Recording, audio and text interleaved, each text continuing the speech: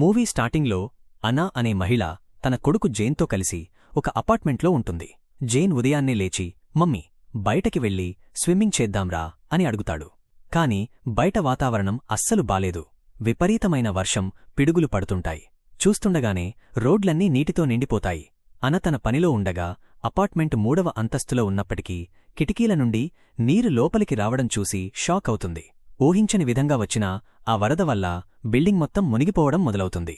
అన కంగారుగా తన కొడుకుని తీసుకుని పై అంతస్తులకు వెళ్లాలని ప్రయత్నిస్తుంది. అదే సమయంలో ఆమె కంపెనీ నుండి హ్యూ అనే సెక్యూరిటీ ఏజెంట్ ఫోన్ చేసి అక్కడ ఉండటం సేఫ్ కాదు, వెంటనే బిల్డింగ్ పైకి వెళ్ళు, నిన్ను కాపాడటానికి వస్తున్నాను అని చెబుతాడు. కాని జేన్ భయపడి ఒక అల్మారాలో దాక్కుంటాడు. తన వాడిని వెతికి పట్టుకుని వీపుపై ఎక్కించుకుని మెట్ల ద్వారా పైకి వెళ్లడానికి ప్రయత్నిస్తుంది. అక్కడ జనాల రద్దీ, వరద బీభత్సం చూసి ఆమెకి ఏం చెయ్యాలో అర్థం కాదు. పైకి వెళ్లే క్రమంలో ఒక పెద్ద నీటి అల వచ్చి బిల్డింగ్ని బలంగా తాకడంతో అన, జేన్ ఇద్దరూ విడిపోతారు. అన తన కొడుకు కోసం నీటిలో దూకి ఎంతో కష్టపడి జేన్ను వెతికి పట్టుకుంటుంది. అప్పటికే జేన్ స్పృహ కోల్పోయి ఉంటాడు. హ్యూ అక్కడికి చేరుకుని ఇద్దరినీ కాపాడి ఒక సురక్షితమైన ఫ్లోర్కి తీసుకెళ్తాడు. అప్పుడు హ్యూ ఒక షాకింగ్ విషయం చెబుతాడు. భూమిపై ఒక గ్రహశకలం ఆస్ట్రాయిడ్ పడటం వల్ల మంచు కరిగిపోయి ప్రపంచం మొత్తం మునిగిపోతోందని, మరికొన్ని గంటల్లో మనుషుల ఉనికి లేకుండా పోతుందని వివరిస్తాడు. అక్కడ అనకి మరొక నిజం తెలుస్తుంది. నిజానికి అన ఒక సైంటిస్ట్. ఆమె ఎమోషన్ ఇంజన్ అనే ప్రాజెక్ట్పై పనిచేస్తోంది.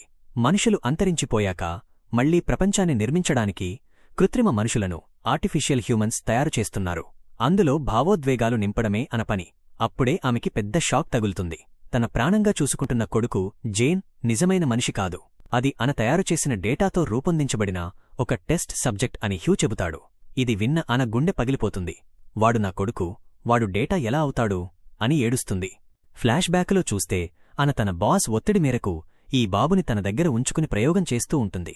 కాని ఆ బాబు చూపే ప్రేమకి అన నిజంగానే తల్లి అయిపోతుంది.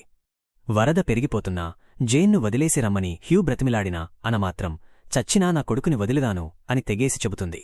చివరకు హెలికాప్టర్ వచ్చి అనను కాపాడటానికి ప్రయత్నిస్తుంది. కాని అక్కడ ఉన్న గార్డ్స్ జేన్ను ఒక రోబోలా చూస్తూ వాడి తలలో ఉన్న డేటా చిప్ని తీసుకుని వాడిని అక్కడే వదిలేస్తారు. కాని ఇక్కడే అసలు ట్విస్ట్ ఉంది. ఇదంతా నిజంగా జరగడం లేదు. చనిపోతున్నా అన మెదడులో ఒక సిమ్యులేషన్ రన్ చేస్తున్నారు. కృత్రిమ మనుషుల కోసం తల్లి ప్రేమ అనే ఎమోషన్ ఎలా ఉంటుందో తెలుసుకోవడానికి ఆమెను పదే పదే అదే వరదలో పంపిస్తూ ప్రయోగాలు చేస్తుంటారు.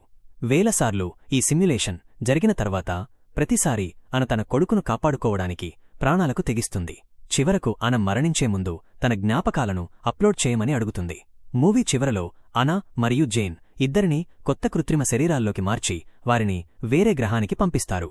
అక్కడ వారు కొత్త మానవ నాగరికతను ప్రారంభించబోతున్నారని చూపిస్తూ సినిమా ముగుస్తుంది.